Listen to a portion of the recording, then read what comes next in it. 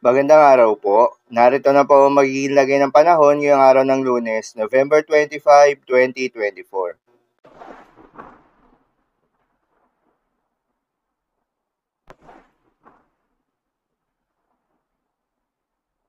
Sa kasalukuyan na tayo sa pag-asa, itong northeast monsoon o hanging amihan ay patuloy pa rin nakakaapekto sa may extreme northern Luzon.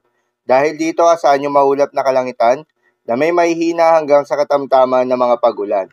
Intertropical Convergence Zone naman o ITZZ ang nakakaapekto sa buong bahagi ng Mindanao. Dahil dito asahan naman yung maulap na kalangitan na may kalat-kalat na mga pagulan at thunderstorms. Habang mga localized thunderstorms naman ang aasahan sa nalalabing bahagi ng ating bansa na umiiral tuwing hapon o gabi. Magandang balita naman dahil ayon sa pag-asa ay wala tayong binabantayan na low pressure area o bagyo sa loob o malapit sa Philippine Area of Responsibility na maring makaapekto sa ating bansa. Samantala, patuloy pa rin nating binabantayan ng mga posibleng sama ng panahon na posibleng mabuo sa may eastern at western part ng ating bansa na posibleng makaapekto rin sa unang linggo ng Disyembre.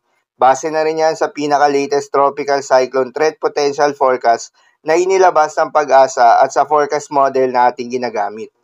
Hindi naman nakikita na lalakas ito bilang isang bagyo, ngunit asahan na papasok ang mga ito sa Philippine Area of Responsibility, kaya patuloy nating babantayan na magiging development ng mga ito kung matutuloy o hindi. Paalala lamang po na mga nasabing forecast ay posible pa pong magbago.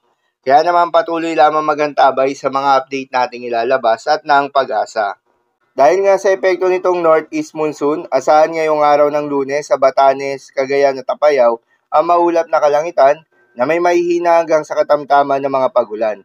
Posible ang mga pagbaha o pagguho ng lupa dahil sa katamtaman hanggang sa kung minsan ay malakas na pagulan. Habang sa buong bahagi ng Mindanao ay asahan naman yung maulap na kalangitan na may kalat-kalat na mga pagulan at thunderstorms. Dulot naman yan ng Intertropical Convergence Zone.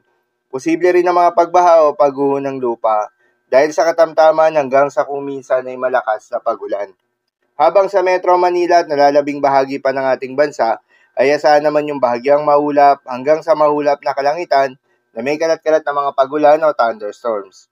Dulot naman yan ng mga localized thunderstorms. Posible rin ang mga pagbaha o pagguho ng lupa during severe thunderstorms.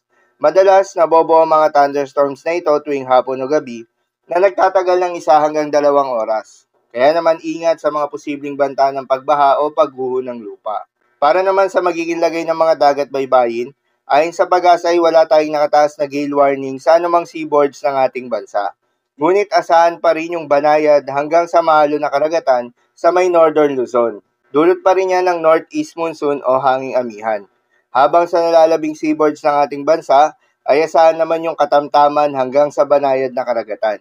Pinag-iingat pa rin yung mga kababayan nating mangingisda at yung may mga maliliit na sasakyang pandagat na papalaot, lalo na kung meron tayong offshore thunderstorms activity dahil asahan pa rin yung tsansa ng malalakas na hangin at kaakibat nito ang bahagyang pagtaas ng mga pag-alon. So yun lamang po para sa lagay ng panahon ngayong araw ng Lunes. Keep safe everyone.